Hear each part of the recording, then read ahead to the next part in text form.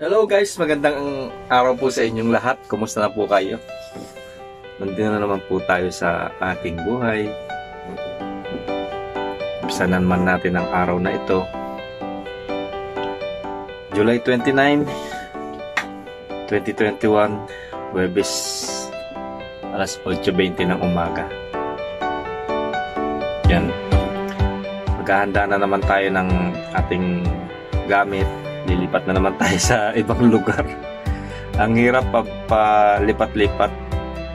Kagaya na nasabi ko sa inyo na may nangyari na naman na aberya dito sa lugar namin na yun nga, penalty kami dito sa housing namin dahil nga dun sa crowded dito sa bahay, marami. So nag-check yung Ministry of Health na bagsak kami. So yung mga tao dinala sa ibang lugar dun sa mga malapit sa pinagtatrabaho nila at dun sila nanarapan samantala. And nagka-penalty kami dito mga 20 plus thousand real na penalty, hindi mabayaran ng kumpanya. So hanap kami uli ng bahay. So yung gagawin natin ngayon, all we want to do is pack my things. Ipapak ko lahat yung mga gamit ko dito para lagay dito sa box. So bukas siguro lilipat na naman kami. So yan ang gagawin natin ngayon. So itong dinabang pahapon, tutupiin na natin. Ang hirap, diba? Laging lipat na lipat. Walang kung saan ka talaga mo manirahan. Kagagaling ko lang sa Albaha, dito galing kami ng Riyadh, dilipat na naman kami ng lugar para tayo mga sundalo talaga saan sa aming manirahan. Gagawin natin. Ganda ko na lang ang mga ito. Bukas mag-iisip kung anong dadamputin ko. Handa na lang ang mga gamit natin.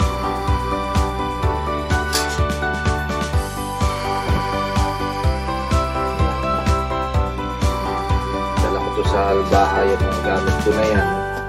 Mga gamit ko, babuti na lang dinala ko lahat kasi walang mga gamit dito talaga. Bibili ka pa ng mga gamit lalong lalo na yun naman, lalo sa mga kaldero, kawali, pinggan, kutsara, yung mga kubyertos na ginagamit sa mga pagluluto, dinala ko na.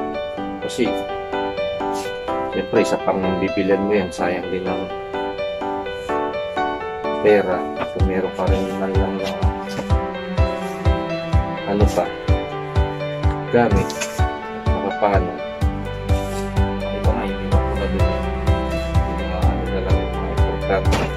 na ginagamit ko sa araw-araw na pagluluto ko. Yun ako na.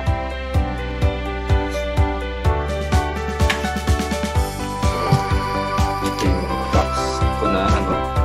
Saka may box pa ako dun sa taas. Ayun. Yan yung mga gamit. Saka yung mga gamit ko dun sa mga pagluluto. Saka yung iba pang gamit dito. Ayan, handa. So, tapos kung magano nito, prepared ng mga gamit ko na to, luluto na naman ako ng kakainin ko. Ayan.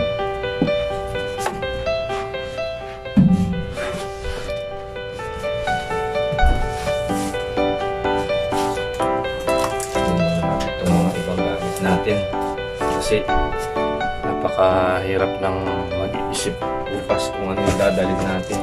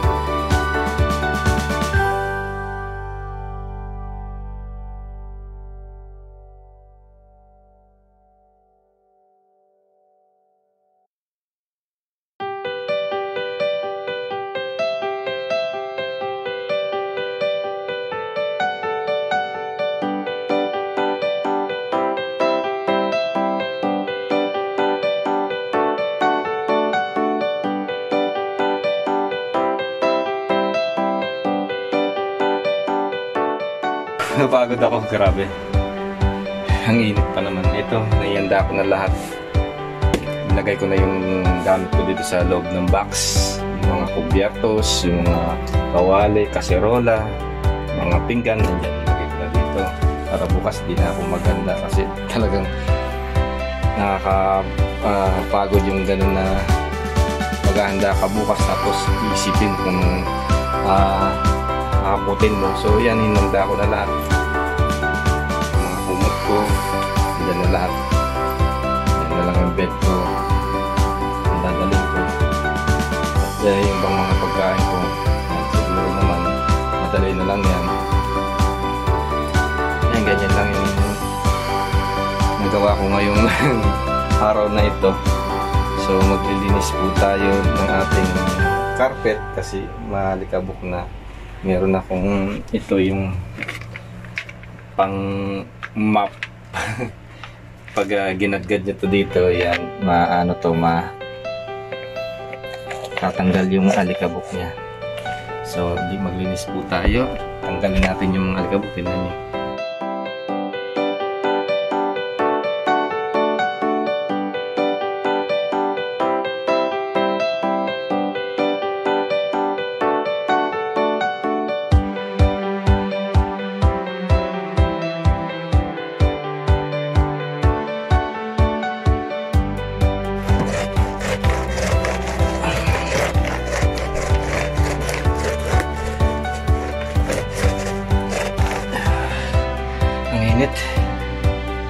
Ito yung sinasabi ko sa inyo ng para siyang map na meron siyang mga yun, panggayod ng alikabok. Nakaskas nyo siyang ganyan. Kaya pag inikot siya yung ganyan, makukuha yung mga alikabok niya. Ayan. Tapos na ako. Tapos ito, buksan nyo to dito. Ayan. Yung alikabok niya sasama na sa ayan. Ako. Ayan ang ginawa ko ngayon. Wala akong ginagawa habang naghihintay ako ng tawag ng manager. Linis-linis muna ng bahay. So mag-init muna tayo ng ating mainit na tubig at magkakape po tayo.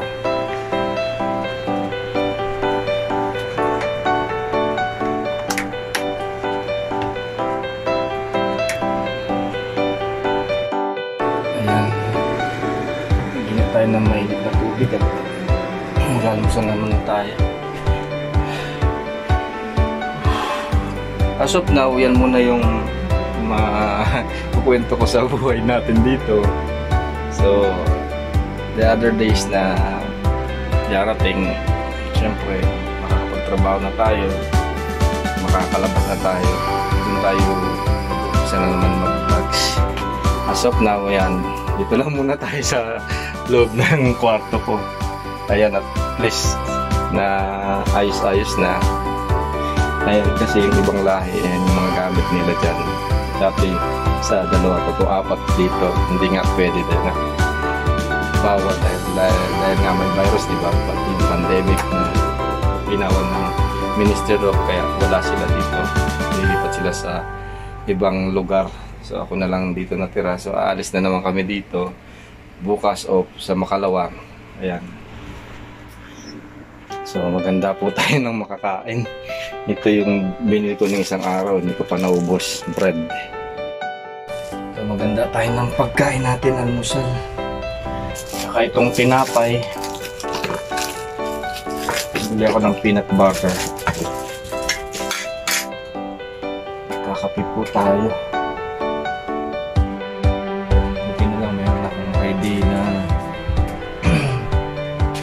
Cafe 3-in-1 para tayo mainom-inom. Flip na to.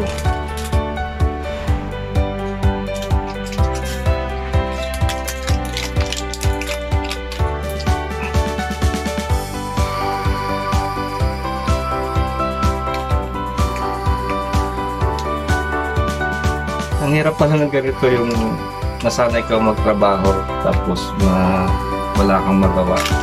Maghapon ka lang nagtutulog. Nandito lang ako sa loob ng accommodation namin, naghihintay.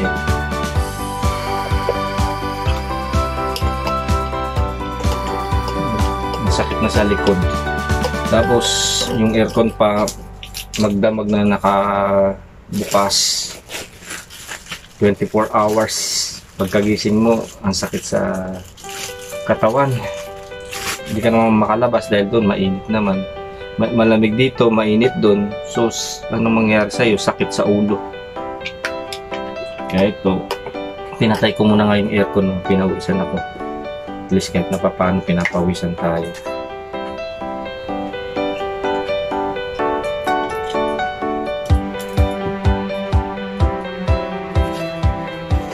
Mamaya nito, pagkatapos kong mag-almusal, pahinga lang konti. Magluluto na naman ako ng tanghalian ko. Yung binili ko ng isang araw na mga gulay, meron pang natira pa naman na popo. Niluluto natin na sa tuna, kaya gusto ko may sabaw. Lalagyan ko lang siya siguro ng Indomie. Yung noodles, lagyan natin ng itlog. Ganun na lang siguro. Dahil hindi ka na makakalabas dito sa lugar ko na ito, malayo yung mga tindahan. At kung gusto mo naman bumili ng pagkain talagang yung matino, punta ka pa sa Bata. Ang mahal, kung yung bibili mo lang na isda o yung bigas, magkano lang ang gastos nun, mas mahal pa ang pasahe sa bibilin mo. Kaya tiis-tiis muna. Kailangan dito wala ka ng selan-selan. Kung ano na lang makain mo, kung ano na lang maisip mo iluto, yun na lang. Ganun. Okay na to kaysa sa walang makain, diba? Ano ba nga walang makain? Ako nga, salamat ako meron akong nakakain na tinapay. Nakakapagkape ako. Ano ba? Walang makain. Nasamantala ko lang ngayon dahil nga wala pa akong trabaho, hindi pa na-set yung work ko within this week. Makakapagtrabaho.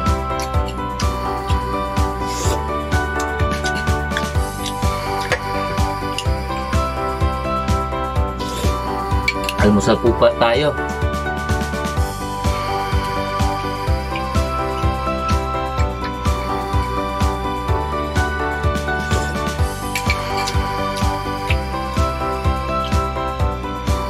Doon sa kumpanya namin, okay naman po.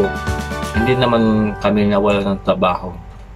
Kumbaga, ngayon pinapaliwanag ko po sa inyo, ay mga makakapanood nito. Yung kumpanya namin, alam niyo po ba yung bidding? Yung bidding, yung kapag matatapos na yung kontrata ninyo, lalo sa mga kumpanya, nagbibid sila. Kumbaga, nagtitindahan sila. Tinda ng mga halimbawa lang po, paninda. Ano bang gugustuhin nyo? Kapag nagtinda kayo ng paninda, dalawang nakahapag na ganyan. Parehas lang yan. Bangus o isda, parehas lang isda. Yung iba, bili na kayo dito, mura dito. Kung yung sa amin is 50, dito 40 na lang. Ganun po. Yung sinasabi ko sa inyo na yung presyuhan, yung bidding. Yung kumpanya namin mataas ang offer, doon sa bagong pasok mababa. So yung isang malaking kumpanya namin na pinag-sisilbihan, yung electricity, Saudi, kukunin na yung mas mababa. Although na kami doon ay matagal na, 15 years na po kami, good performance kami doon, wala naman kaming mga penalty o ano pa man. So, pinili niya yung mas mababa. Kaya nawalan kami ng kontrata. Natapos yung kontrata namin by July 21. Ayun nga. So, dalawang kontrata yung kontrata namin dun sa Albaha at sa Campoda. Magdalawa kasi yun. Yun ang pinupuntahan ko at tinatrabaho ko every week. 3 yun actually, natapos na yung isa. So 2 na lang, ngayon natapos na rin. Yung kumpanya namin, marami kaming mga site, hindi lang iisa. Meron kami sa Madina, Abha, sa Tabuk, sa Hail, sa Jeddah, sa Dammam, dito nga sa Riyadh, at iba-iba pang mga lugar. Kaya kapag nawalan kami ng 2 site o yung contract,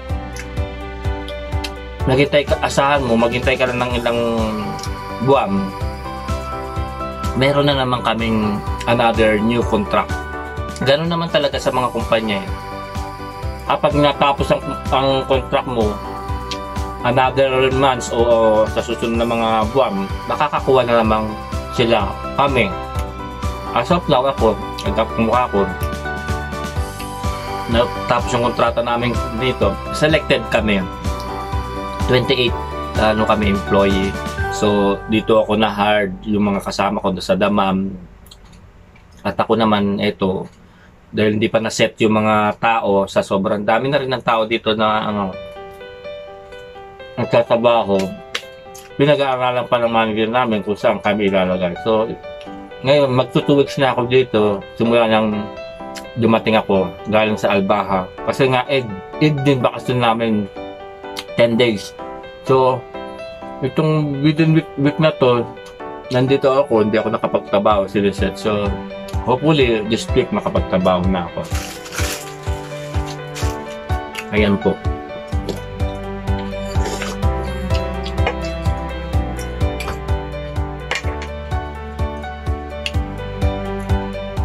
Hanggang 2 lang akong tinapay. Bukas na naman. So, susunod na mga araw, siguro, binili ko to mag 2 days na. Ayan, at palamang ko itong peanut butter. Gusto ko itong peanut butter. Meron pa ako isang palaman doon, yung white cheese. Hindi ko pa ginamit yun, hindi ko pa pinalaman. Ito muna usin muna natin. Huwag muna tayo magastos kasi hindi pa tayo nagtatrabaho. So, bukas, ayun, sahuran na naman, punta kami sa Bata, bibili ako ng mga makakain doon. O kaya, pagtapos ng lipatan namin, mas malapit kasi doon sa Bata, sa syudad. Maraming mabibilan doon, makakapunta ka sa mga mall, mga malalaki supermarket, at saka sa mga Philippine goods, mga pagkain doon na mga restaurant, makakapunta na ako. So, ayan, unti-unti na ako nakaka-adjust. Tapos na ako magalitan. So, takpan na natin. So, as of now, yan muna yung may kukwento ko sa inyo sa buhay ko dito. At sa mga manonood natin dyan na nanunubaybay sa akin. At sana magustuhan nyo po yung mga pinapalabas ko sa ating buhay-buhay dito bilang isang manggagawang Pilipino. At the lastly na sasabihin ko po sa inyo, ayan, bilang isang vloggers, ano pa naman ang silbi natin kung hindi natin isi-share ito, lalo na sa ating mga karanasan na makakapanood sa atin, lalo na sa mga baguhan na pupunta rito at sa mga kabataan na mag-abroad. Tiyakin ninyo po na kapag mag-abroad kayo ay talagang desidido kayo. Dahil kapag nandito na kayo sa abroad, sinasabi ko po sa inyo, sa atin naman po, ano natin yan, na nasa sa atin po yan, decision po natin yan. Wala pong nagtulak sa atin o nagsabi sa atin na mag-abroad tayo. Nag-abroad po tayo para sa ating sarili, para sa ating future, para sa ating pamilya, sa mga mahal sa buhay, sa mga ating mga magulang, mga kapatid o yung ating mga anak. Nag-abroad po tayo para sa kanila, para sa ating kinabukasan. Wala pong nagtulak sa atin na sino man na Poncio Pilato o presidente o senator o mga nanunungkulan sa atin dyan na puwersahan tayo mag-abroad. Choices po natin yan at wala po tayo masisisi kung ano man ang mangyari sa atin, na dahil po sa hirap din ng buhay, at yung mga nararanasan natin na yung pamilya natin na pangangailangan nila, ginagawa po natin to. Nagsasakripisyo po tayo, nagtitiis, nagtsatsaga para po sa kanila. Binibigay po natin sa kanila ang kanilang mga pangangailangan, ang kanilang mga luho, ang kanilang mga pangangailangan, lalo sa mga anak natin, pag-aaral nila, mga magulang natin, mga kapatid, para matulungan po sila. So, dito po, nandito na po tayo. Gawin na po natin yung magagawa natin. May papayo ko lang po sa inyo. Maging aktibo po tayo, lalo na ang ating isip. Dahil dito, tayo lang po ang gagawa niyan. Walang ibang tao na tutulong sa atin, kundi ang sarili natin din. May mga kaibigan tayo, o matutulungan tayo. Once, twice, thrice, yan, matutulungan po tayo. Pagdating ng mga ilang tulong, wala na po yan. Hindi na po sila pwede mag-offer sa inyo. Kaya ikaw din ang gagawa niyan. Halimbawa, dito sa yung mga nangyayari sa akin, wala naman pong gagawa niyan, di ba? Ako rin. At mag-iisip kung ano yung gagawin ko, kung ano yung plano ko. Kaya ikaw, kapag nandito ka na, siguraduhin mo na gusto mo yan. Talagang pangangatawan mo na at hindi ka pwedeng umuwi na basta-basta na kapag ayaw mo na, lalo na dito kasi sa abroad. Swertihan lang po yan sa pag-abroad. Hindi po lahat ng mga nag-abroad ay siniswerte. Oo, may siniswerte, may minamalas. At iba-iba din po tayo ng kategorya, levels na sinasabi ko po sa inyo. Ang pag-abroad, hindi po yang instant, talagang paghihirapan nyo. Even na ikaw inhenyero, teachers or nurses o nagtatrabaho sa mga kumpanya na malalaki, ay swerte ka na, may minamalas din po. So kapag sinwerte ka, magpasalamat ka na kay Allah na ayan, maganda yung sinapit mo. At saka yung buhay-buhay po dito, hindi po basta-basta. Nga sinasabi nyo, nakikita ninyo na ipinapalabas namin yung mga kumakain kami sa labas, yung mga nakikita nyo, yung mga binibili namin, mga gadgets. Kumbaga, palabas lamang po yun na ipinapakita po sa inyo. Oo, maganda rin po yung iba na buhay, pero kadalasan, marami pong malas dito. Kumbaga, para lang ipakita sa tao na mga sinungaling kami, hindi po kami na talagang tapat sa aming sarili. Dahil nga, ipinapakita lang po namin dito na ikaw ba, kapag merong nangyari sa'yo na hindi maganda, ipapalabas mo po. Kailangan maging kaingga-inganyo sa tao na ay ang ganda sa abroad. Para naman yung iba, hindi ma-discourage, para magkaroon silang determinasyon. At pagdating na dito, kayo na po ang bahala. Kayo na po magkwento at kayo na rin ang magsabi sa tao kung ano yung nararanasan nyo dito. Kaya pag sinasabi nila, kayo na kaya ang mag-abroad, para maranasan nyo yung mga nararanasan namin dito. Yung iba dyan, talagang lalo sa mga kababayan ko dyan sa bahay, hindi nila pinapakita kung ano yung nararanasan nila, lalo sa kanilang pamilya, sa kanilang mga anak, mga asawa. Ang hirap po. Yung magtatrabaho sila, talagang gigising sila ng maaga, magtatrabaho sila ng sobra sa oras, matutulog sila na kulang, papakainin sila ng kulang din. Swerte ka na lang kapag ang iyong employer o yung amo ay mabait. Ayun nga, papakain ka ng maayos, nasa gustong tulog ka. Pero karamihan dito, yan, nagre-reklamo. Pagdating nila dito, 3 buwan pa lang gusto nang umuwi. Hindi po ganun. Kapag nagtrabaho ka dito, pangatawanan mo, kailangan dito, sinasabi ko sa inyo, aktibo ka, lalo na sa utak mo. Huwag po tayong tatanga-tanga. Kailangan maging matalino tayo para tayo mga sundalo, lalaban hanggang sa matapos ang ating kontrata. Dito po, talaga pong maraming mga nangyayari na hindi natin naasahan. O minsan, kapag sa trabaho mo, hindi ka alisto at iniisip mo problema sa Pilipinas at hindi ka makapagtrabaho hanggang sa pumalpak ka sa trabaho, ano mangyayari sa'yo? Ma-terminate ka. Yung iba sa kakaisip, na nawawala yung kaisipan, naluloko, nababaliw, di ba? Tapos yung nagpapakamatay dahil nga sa mga problema, hindi rin kaya na pumunta rito. Tapos yung iba, ginagahasa, minamatrato, sobra sa trabaho, di ba? Ganun po, kailangan kapag pupunta po tayo dito, sinasabi ko po sa inyo, siguraduhin ninyo na kaya ninyo na pangatawanan yung pagpunta nyo po dito. Hindi na po may babalik yung kapag nandito ka na Manila to sa inyong probinsya ay makauwi ka dito po. Talaga pong kapag nandito ka na at nandito ka sa lugar na to, hanggang matapos na yung kontrata mo, pagtitiisan mo. At sa ating mga kalusugan naman, ayan, yung lalong-lalo na sa ating pagkain, dito po sa abroad, marami pong mga masarap na pagkain, lalo na kapag sumahod ka. Kakain ka sa labas, na nandun ka sa Pilipinas na hindi mo nakakain, makakain mo po dito, lalo na kapag may pera ka. Kakain ka ng mga roasted, mga kabsa, yung matataba po kasi mga pagkain dito, kaya ingat-ingat po tayo. Dahil ako nung bago ako dito, yan, nasa-share ko lang po sa inyo na talagang kumain ako ng mga ganun, tumaba ako, yung tumaas ang BP ko, mainitin ang ulo ko, yung katawan ko mabigat, tapos humihingal ako sa paglakad.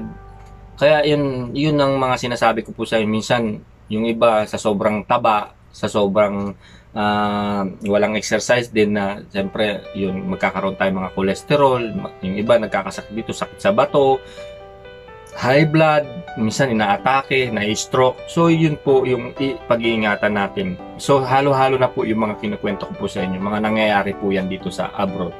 Kaya kayo, pag-iingatan nyo rin yung sarili nyo, dahil pumunta po tayo dito.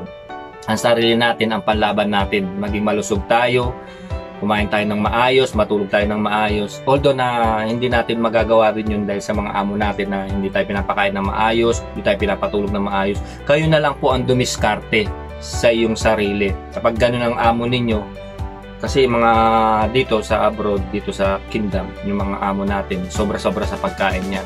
Kapag naalam ninyo na tinatapon nila, kasi hindi naman po marumi yung pagkain nila dito, kakain sila, itatabi na lang nila yan, itatapon. So ang gagawin ninyo bilang isang katulong, itabi ninyo po yung mapapakinabangan ninyo, at kapag sabihin nyo na lang sa kanila na sayang ito, pwede pong makain ito, itabi ninyo. At kapag may oras kayong kumain kayo. Ganun po yung gawin ninyo.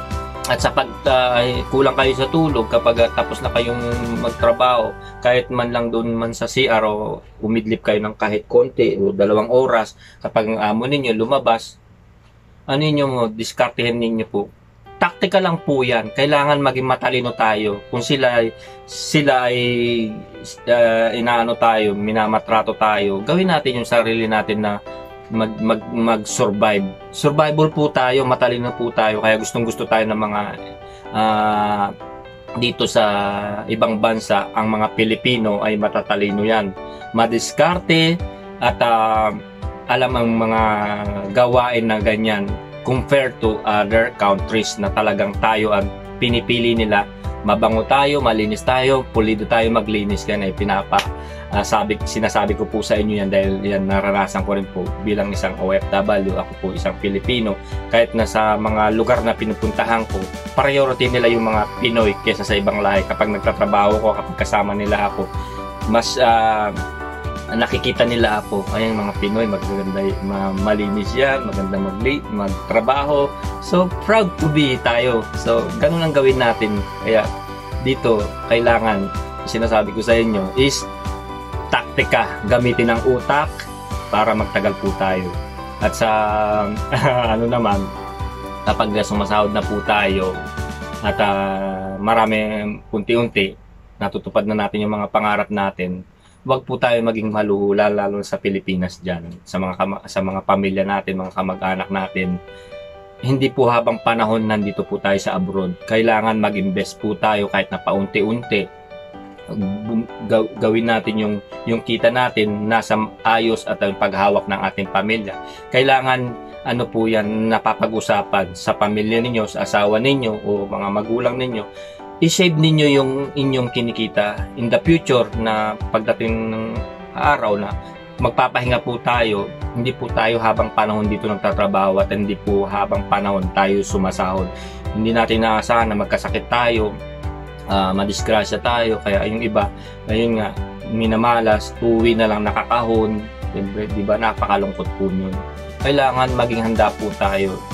At yung pagpunta natin ay pagbalik natin sa Pilipinas ay lahat ng mga pangarap natin ay matupad.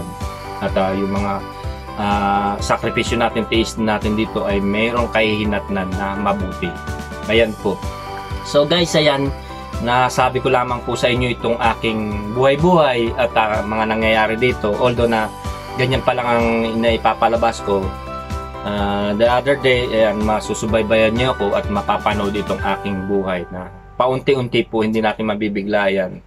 Although na ganyan lang po at simple lang ang mga pinapalabas ko at may mga laman naman po at sana meron kayong matutunan sa mga sinasabi ko. And maraming pong salamat. Shout out po sa mga kaibigan natin dyan, nandyan sa Baldura Sea, sila Elmer, sila Alan, sila Robert, sila Kuya Felix. O yan, si Sunny, yan, kumusta ka na Sunny? Yan, ganyan talaga ang buhay. Kailangan tanggapin mo yan. Talagang ganyan yung kapalaran na minsan may mga nangyayari na hindi natin naasahan. Kaya laban lang, pasasaan pagdating ng araw. Bata ka pa naman, matutupad mo rin yung mga pangarap mo. Basta't magtyaga-tyaga lang.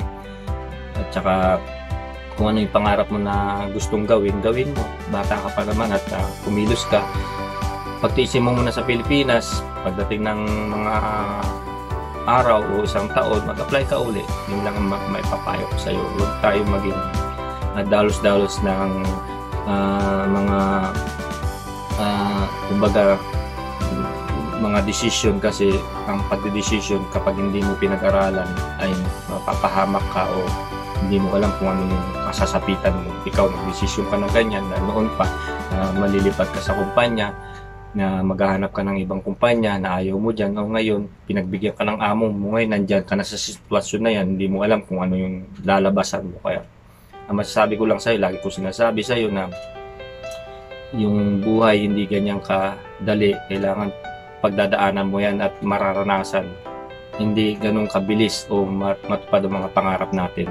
Kaya ako, ito, sa tagal ko na rin dito, 10 taon na rin, naranasan ko na yan at sinasabi ko sa inyo. So, yan, hi din sa kay Joseph dyan, kay Robin at kay Matt, yung mga kaibigan ko, at kay Ramil, maraming salamat sa entertain na namasyal ako ng isang araw. Last na lang natin na pagkikita nun, at least nakabanding kita sa RBG Vlogs na dyan sa channel mo. Yan, mga kababayan natin dyan, sana supportahan niyo po si RBG Vlogs channels.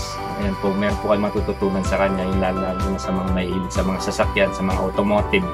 Ayan, mas kapakipakinabang po yung kanyang vlogs. Marami po kayo matututunan, lalo na dito sa Saudi. Yan, pinaka trabaho na gustong-gusto na makuha dito sa abroad, yung automotive, yung paggagawa ng mga sasakyan. At ako naman, ito yung vlogs ko. Ewan ko kung nasisiyahan kayo o nagustuhan ninyo yung pinapalabas ko.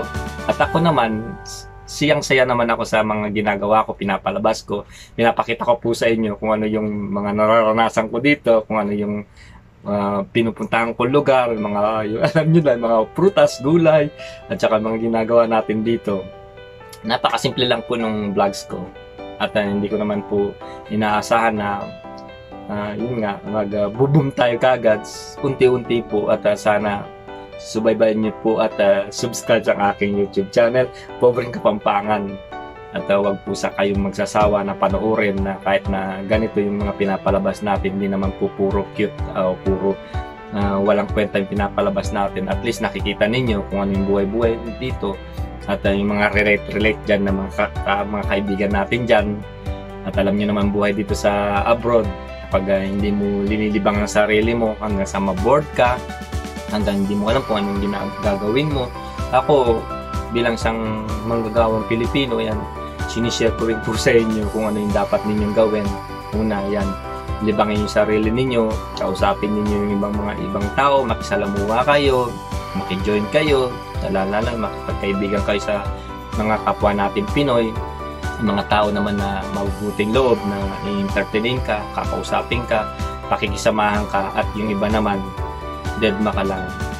Iwasan mo yung mga tao na ganon. Basta ikaw masaya ka sa ginagawa mo at nag-enjoy ka sa kanila. Basta kung ano yung kabutihan na ginagawa nila, isukli mo rin, di ba? Ganyan lang ang buhay. So, sa tagal ko dito sa abroad, yan, ganyan na nagagawa ko. Pa-vlogs lang, pa-video-video, at nasisiyahan na rin ako kahit na papaano. Hindi man tayo masubscribe ng mga iba o hindi man tayo mamonetize sa ngayon, siguro darating ang araw, makukuha ko rin yung mga pangarap ko na magkaroon ng channel talaga. So, as of now, dito sa Saudi, alam niyo naman na hindi ka basta-basta pag-vlogs, lalo na dito napaka-privado ng mga lugar at ang mga tao na makatch mo sila o mabidyohan, napaka-stricto po. Kaya kung ano lang mga nabibidyo ko, binibigyan buhay para po sa inyo. So guys, ayan, maraming pong salamat ulit, and don't forget to subscribe my YouTube channel, Pobreng Kapampangan, and click the bell button notifications para updated po kayo lahat sa mga video na ina-upload ko. God bless po! Enjoy watching po, Pobreng Kapampangan ulit. Almusal na po tayo. Ayan po.